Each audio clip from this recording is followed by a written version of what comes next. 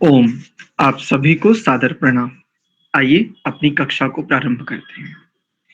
परमपिता परमात्मा की महती अनुकंपा से हम सभी को एक उत्तम ग्रंथ पढ़ने का सौभाग्य प्राप्त हो रहा है।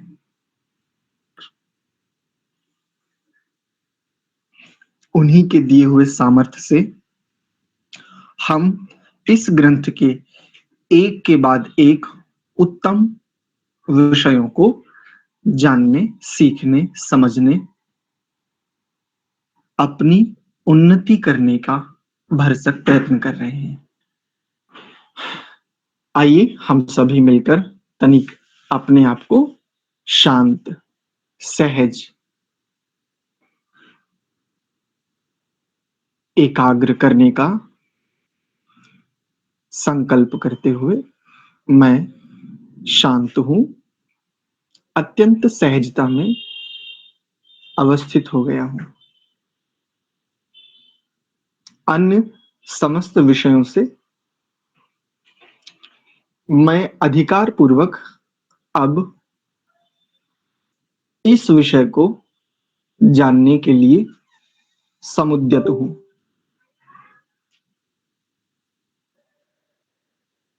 ऐसा अपने अंतःकरण को आदेश देते हुए लंबा गहरा श्वास भरते हुए प्रणव का उच्चारण पूर्वक मंत्रोच्चार करेंगे।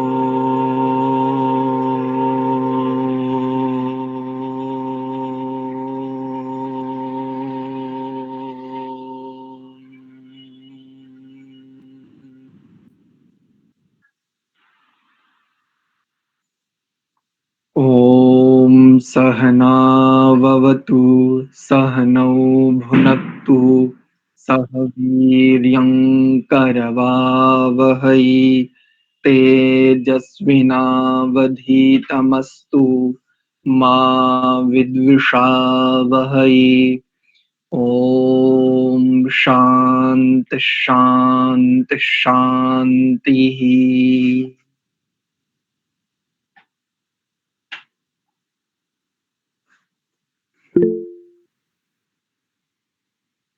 इसी सहजता के साथ,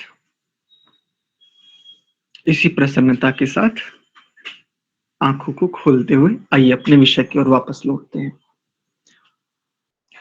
तो सबसे पहले जो एक शंका कनिका जी ने भी उठाई थी, और शंका कहें या प्रश्न कहें, उसको प्रश्न कहना चाहिए, यद्यपि शंका तो नहीं कहेंगे अभी। तो एक प्रश्न ये आया था, जिज्ञासा ये आई थी कि ऊपर जो दो मंत्र हैं, त्वन्नो अग्ने वरुणस्य, ये और सत्वन्नो अग्ने वमो भवोति, ये इन दोनों मंत्रों में अंत में एक पद है, इदम अग्नि वरुणाभ्याम इदन्न मम। ये ऐसा एक पद है। और कनिका जी का भी और भी किन्हीं सज्जन ने ये प्रश्न किया था कि आचार्य जी, यहाँ पर ये जो अग्नि शब्द है, अग्नि शब्द में गौरव का भी संभवतः था, अग्नि शब्द में दीर्घ इकार है जबकि ह्रस्व होना चाहिए। ये एक शंका के रूप में हमारे समक्ष आया था। तो इसके लिए हमारे नंदन जी ने भी एक लेख और एक थोड़ा सा हमें भेजा है, वो भी हम एक बार साझा कर लेते हैं। ये देखिए, ये अष्टाध्याहुति प्रकरण में ऐसा दे रहे हैं यहाँ। ये हमारे नंदन जी ने लेख भेजा था, पुस्तक का एक छोटा सा पृष्ठ वो, और नीचे इन्होंने लिखा इस पुस्तक में लघु इकार है, जबकि संस्कार विधि में दीर्घ इकार है। अग्नि प्रथम पुरुष द्विवचन का रूप है। आगे भी संस्कार विधि के स्वाध्याय में बहुत प्रश्न आएंगे। यद्यपि ये विचार हम उस दिन भी कर सकते थे, किंतु महत्वपूर्ण बात यह है, ठीक प्रकार से जाने बिना उत्तर देना सही नहीं होता, अच्छा नहीं होता। लोगों को समझ में आएगा।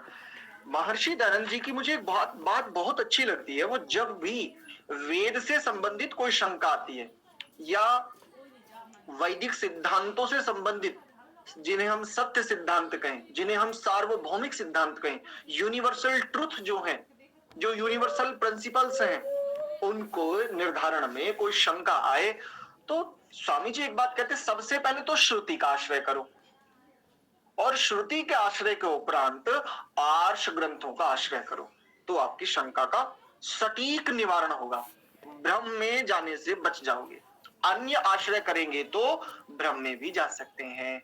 और श्रुति के आश्रय के उपरांत आर्ष ग्रंथों का आश्रय करो, तो आपकी शंका का सटीक निवारण होगा। भ्रम में जाने से बच जाओगे। अन्य आश्रय करेंगे तो भ्रम में भी जा सकते हैं। जैसे मनोरमा आदि का अगर आश्रय करें या शब्दकोश आदि का आश्रय करें तो समस्या होगी। सामान्य संस्कृत से हमें सहयोग तो मिलता है, लेकिन ठीक ठीक नहीं पहुंच पाते। ये मुख्य बात है। तो अष्टाध्यायी के आप जाइए, छठे अध्याय में चले जाइए, और छठे अध्याय के तीसरे पाद का आप 25वां सूत्र देखें। छठा अध्याय तीसरा पाद 25वां सूत्र। 25वां सूत्र है देवता द्वंद्वे च, और ठीक इसी के नीचे 26वां सूत्र है ईद अग्ने सोम वरुणयोः, और ठीक इसके नीचे ईद वृद्धौ। ये तीन सूत्र देखें। इन तीन सूत्रों का भाष्य नहीं करता हूं, बस सीधी इस शंका का, इस प्रश्न का, जिज्ञासा का समाधान यूं पकड़ो। जब सोम और वरुण पद बाद में हो तो पूर्व पद को दीर्घ, सोम और वरुण यदि बाद में हो तो उससे पूर्व जो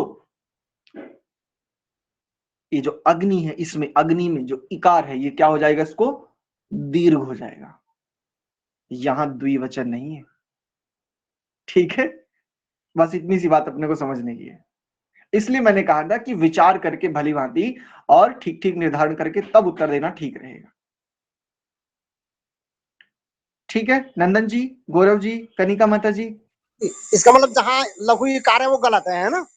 हाँ, लघु इकार है वो भी गलत है, और यदि दीर्घ इकार को हम प्रथमा विभक्ति का द्विवचन लेंगे वो भी ठीक नहीं है ना? चलिए आइए अब समाधान हो गया जी। चलिए अब आगे के विषय पर हम वापस लौटते हैं। ये मैंने इसलिए भी आप सब लोगों के समक्ष साझा किया क्योंकि ये गंभीर प्रश्न था, बहुत गंभीर प्रश्न था। एक स्वर पूरे पूरे अर्थ को बदल सकता है। एक स्वर, एक स्वर तो बहुत बड़ा है। अर्धमात्रा, जिसे हम विसर्ग कहें, विसर्ग का भी अगर कहें तो जिसे हम उपध्मानीय कहें, जिह्वामूलीय कहें, अनुस्वार कहें, अर्धमात्रा भी पूरे अर्थ को बदल सकती है। अस्तु, तो देखिए सबसे पहले इस मंत्र को देख लेते हैं। ओम इमम में, इमम यहां पर मां ही करेंगे, अनुस्वार को मकार ही उच्चारण करेंगे क्योंकि बाद में मां है। तो इमम में वरुण श्रुधि हव मद्या च मृळय, मृळय ऐसा। त्वाम वस्यु राचके स्वाहा। ये जो के में जो एकार है ना, ये भी दीर्घ होता है। प्राय क्या करते हैं, ए ऐ ओ औ, नहीं ये ठीक नहीं है। ये चारों दीर्घ हैं, ए ऐ ओ औ, ये चारों दीर्घ हैं, ध्यान रखिए, इनको पकड़ लीजिए। तो इसमें ये ध्यान रखने योग्य बातें हैं। मुख्य रूप से स्वरों को ठीक प्रकार से समझ लीजिए। चाहे अब श्लोक पढ़ें, मंत्र पढ़ें, संस्कृत का कोई भी गद्य पढ़ें या पद्य पढ़ें, आप गंभीरता पूर्वक स्वरों को ठीक ठीक समझ लीजिए। गंभीरता पूर्वक, पक्की बात है, बहुत अच्छी, बहुत सुंदर स्थितियां आएंगी, बहुत ही सुंदर। तो इदम वरुणाय इदन्न मम, ये यहां पर पद है। तो पहले इसका शुद्ध उच्चारण देख लेते हैं। क्या उच्चारण करेंगे, किस प्रकार से उच्चारण करेंगे? तो देखिए, ओम इमं मे वरुण श्रुधि हवमद्या च मृळय त्वामवस्युराचके स्वाहा इदं वरुणाय इदन्न मम। वरुणाय पूरा बोलेंगे, ये ध्यान रखें, प्रायः करके वरुणाय ऐसा बोल देते हैं। हलंत है तो आधा बोले, और यदि हलंत नहीं है तो फिर पूरा बोलना चाहिए। बस इतनी सी बात समझने की है। और ऋग्वेद 1:25-19, प्रथम मंडल के 25वें सूक्त का 19वां मंत्र है यह। तो अर्थ देखते हैं। अर्थ में तो पहले कर लेंगे इसका हम पदच्छेद।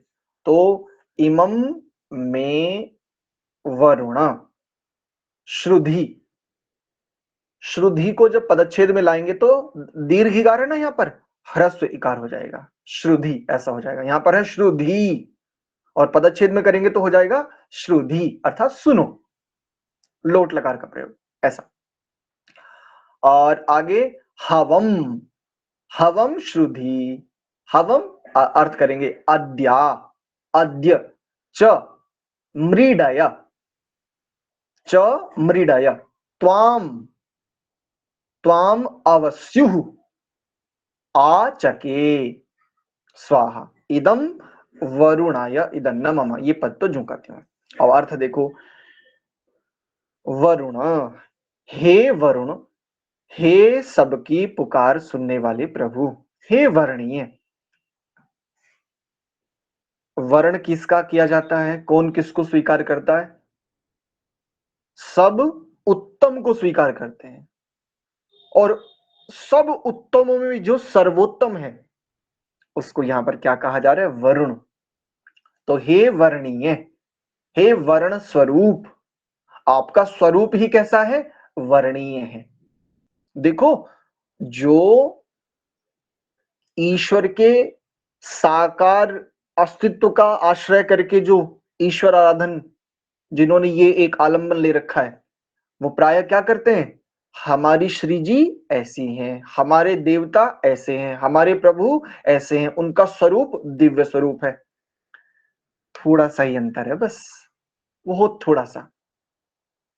जैसे इतना सा ही अंतर है, जैसे शंकर शब्द है ना, तो शंकर में तालव्य शकार है, और उसने क्या कर दिया? उसमें तालव्य के स्थान पर दंत्य सकार का प्रयोग कर दिया, संकर कर दिया उसने, किंतु मूल भाव वही है। तो वर्णीय सर्वोत्तम है, जिसका स्वरूप ही है वर्ण, वर्ण करने योग्य ऐसा।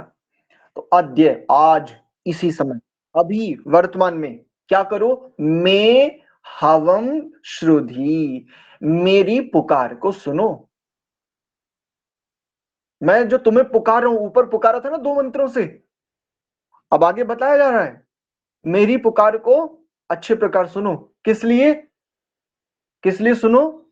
श्रुधि च, और क्या किस लिए सुनो? तो कहा मृडया, मेरा दुख दूर करो।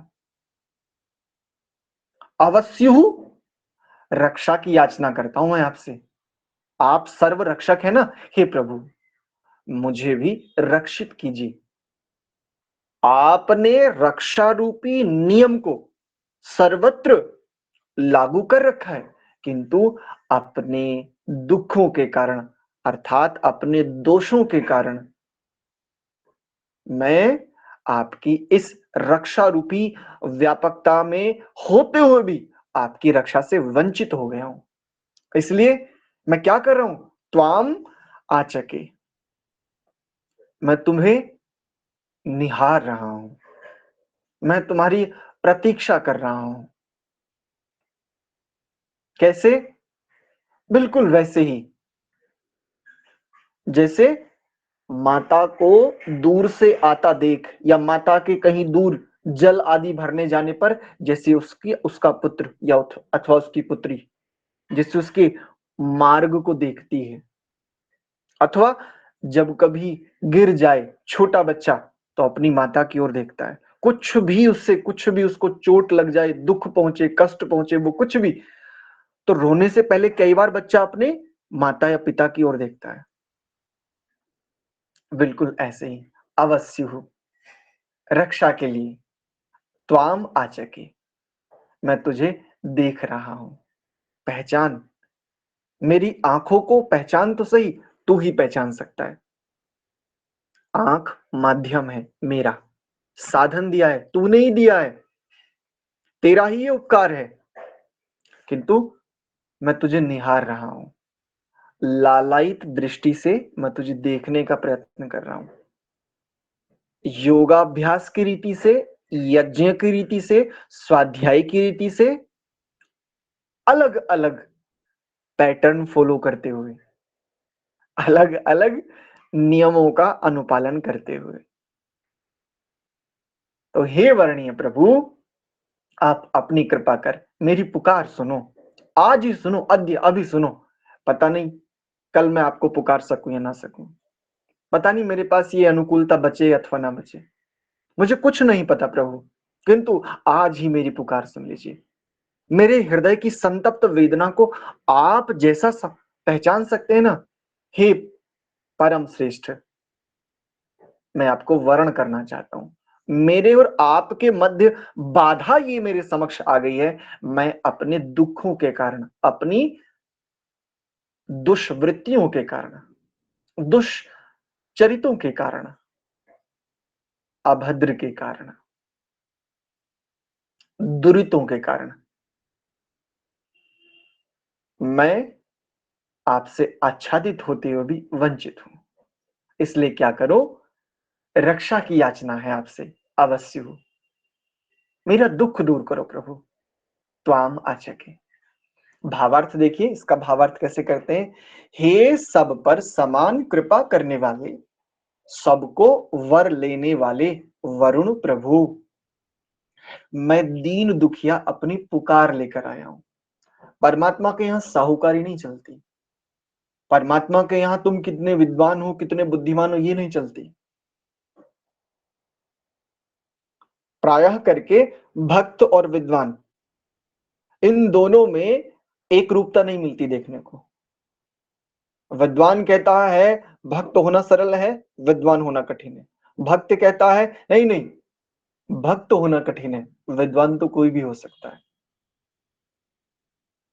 और ये सच्ची बात है, विद्वान होना परिश्रम साध्य अवश्य है, किंतु भक्त जितना नहीं। लगता है कि भक्त करता क्या है, समर्पण ही तो करता है। समर्पण करने के लिए अहंकार को बढ़िया से कुचलना पड़ता है, विद्वान की बस की बात नहीं है ये। और यदि विद्वान होते हुए यदि वो भक्त भी है, तो मानो सोने में सुगंध जैसी बात। बिल्कुल ऐसे ही।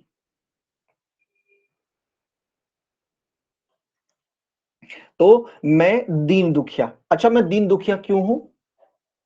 क्या मैं वास्तव में दीन दुखिया हूं? हाँ हूं। चाहे मेरे पास वेद बहुत व्यापक बात करता है, जीवन के हर संदर्भ को रेखांकित करते हुए एक बहुत गहरा बीज देता है, बीज प्रदान करता है, जिसे हम कहें बेस, मूल, कारण, और उस कारण से फिर कार्य, अर्थात बीज दे दिया तो फसल हम उगा सकते हैं। जीवन के हर पहलू पर बहुत गंभीर संकेत देता है वेद, बहुत गंभीर।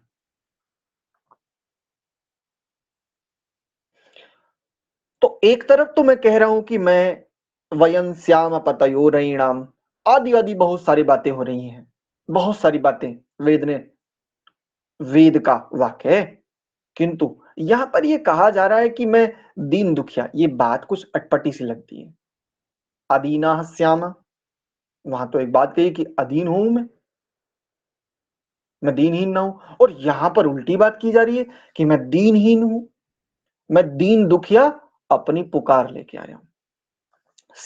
अंतर समझे, संसार की दृष्टि से मुझे दीनहीन नहीं होना, प्रभु के समक्ष मैं दीन ही हूं, क्योंकि मैं दीन हूं तभी तो वो मेरा दीनानाथ है। उसका दीनानाथ होना ही तब सार्थक है जब मैं दीन हो जाऊं। वो दुख निवारण होगा ही तब यदि मैं दुखिया हूं। ये मेरा आंतरिक स्पंदन है, यदि यदि ये मेरा निज स्पंदन है कि हाँ प्रभु, मैं वास्तव में बहुत दुख से त्रस्त हूं, मैं ये दुख देख पा रहा हूं, ये संवेदना, ये आंतरिक संतप्त हृदय की जो आह है, इस आह से युक्त होकर के जब मैं अश्रुपूरित नेत्रों से कह रहा हूं ना प्रभु से अवश्य हो, तो मानो जैसे एक छोटा सा बच्चा आंखों में आंसू भर के अपनी माता अथवा अपने पिता से कुछ पुकार करता है, कुछ याचना करता है। जैसे माता पिता अपने उस संतान को तुरंत स्वीकार कर लेते हैं, ऐसे ही प्रभु भी स्वीकार कर लेंगे मुझे, क्योंकि वो कैसे हैं? वरुण है, वरुण। संसार में मैं पात्र होते हुए भी किसी को अस्वीकार कर सकता हूं या स्वीकार ना कर पाऊं, अथवा मेरी पर्याप्त पात्रता होते हुए भी संसार में कोई मुझे स्वीकार ना करे अथवा अस्वीकार कर दे, किंतु मेरे वरुण के साथ ऐसा नहीं। निश्चित ही वो मुझे स्वीकार करेंगे, क्योंकि उनका ये स्वभाव है, उनका स्वरूप है। वो होंगे ही तब, दीनानाथ शब्द सार्थक ही तब है जब मैं दीन हो जाऊं। क्यों? क्योंकि मां से बिछड़ने के बाद प्रत्येक आत्मा दीन ही तो है, दुखिया ही तो है। यस्य छाया अमृतम यस्य मृत्यु, इस भाव से तो मैं दीन दुखिया अपनी पुकार लेकर आया हूं। आप सबकी पुकार सुनते हो, मेरी भी सुनो, मेरा दुख दूर करो। मैं आपकी रक्षा रूपी हस्त के नीचे खड़ा आपकी कृपा दृष्टि के लिए आपकी तरफ निहार रहा हूं, देख रहा हूं। एक टक टकटकी बंद लगाए मैं आपको निरंतर देख रहा हूं। कौन कौन सी रीतियों से? तो एक तो अष्टांग योग वाली रीति जिसे हम योगाभ्यास कहते हैं, इस रीति से। दूसरा यजन यज्ञ की रीति से। तीसरा स्वाध्याय की रीति से। और चौथा भक्ति की रीति से, आत्मसमर्पण। मेरे तो गिरधर गोपाल दूसरों न कोई। अब आप ही हो, देख लो, मेरे बनाए नहीं बनेगा, आप चाहो तो पल भर में बन जाएगा। मैं आपकी तरफ निहार रहा हूं प्रभु, मेरा कुछ नहीं है, जो कुछ मैं अपना समझ रहा हूं वह सब आपका है, आप ही को समर्पित है, आत्मसमर्पण। ये जी। तो अच्छा, इतना विषय हो गया। अगला मंत्र और देख लेंगे क्या? यदि किन्हीं की कोई शंका है तो वो आप पूछ सकते हैं, नहीं तो फिर अगला मंत्र का स्वाध्याय कर लेते हैं। नहीं है? किन्हीं का कोई प्रश्न नहीं है? चलिए फिर अगले मंत्र को देखते हैं।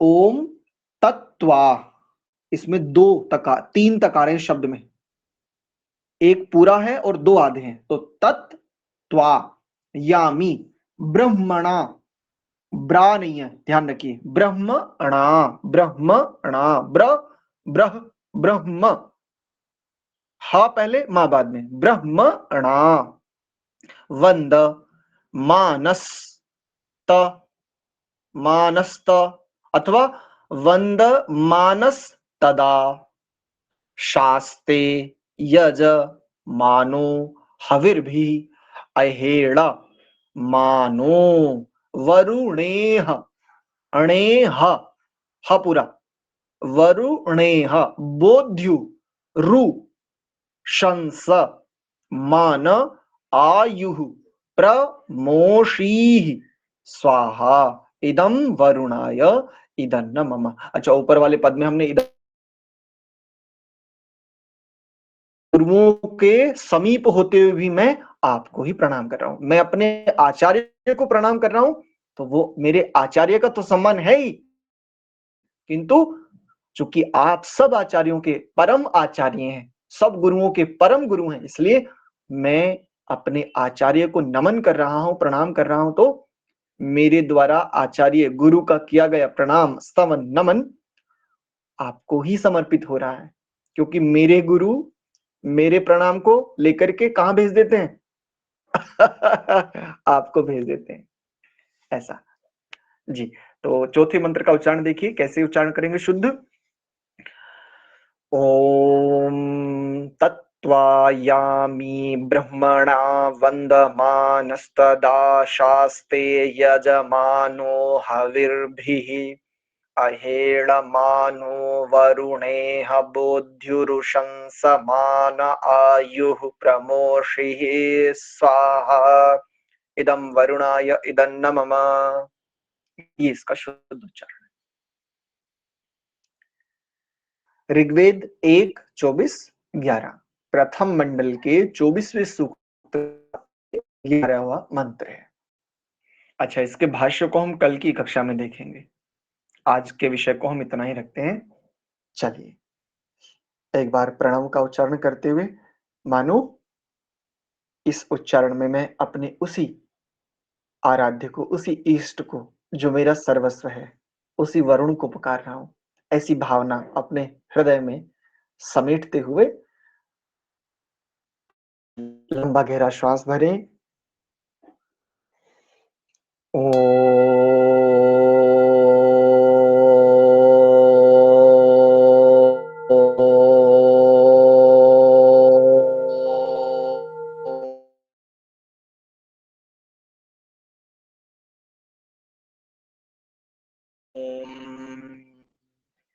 शांति। आप सभी को बहुत बहुत धन्यवाद, सादर प्रणाम।